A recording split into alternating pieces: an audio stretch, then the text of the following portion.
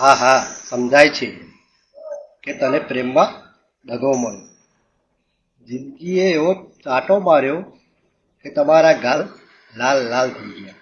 દોસ્તો પણ તમારી જોડેથી ઘણી વખત આગળ નીકળી ગયા. તો હાલ એવા સ્ટેજે છે કે ઠંડો ચા પણ ગરમ લાગ્યો હોય. પણ એક વાત સાંભળી લો, તમે તૂટી ગયા છો એનો મતલબ એ નથી કે બધું ખતમ થઈ ગયું છે. હજી આખે આખા ઊભા રહી શકો એમ છો. તમારી ફૂલ જેવી જિંદગીને ફરીથી ઉગાડી શકો છો. બસ હવે બહુ થઈ ગયું. હવે બહુ થઈ ગયું. હું ઠીક નથી એવા સ્ટેટસ કાઢી નાખો અને એની સાથે ભાગી ગયેલી યાદો ડિલીટ કરી નાખો. એ ખુદના હીરો જ છીએ. થોડી વાર શાંત રહો, પછી ફરી ઊભા થાવ.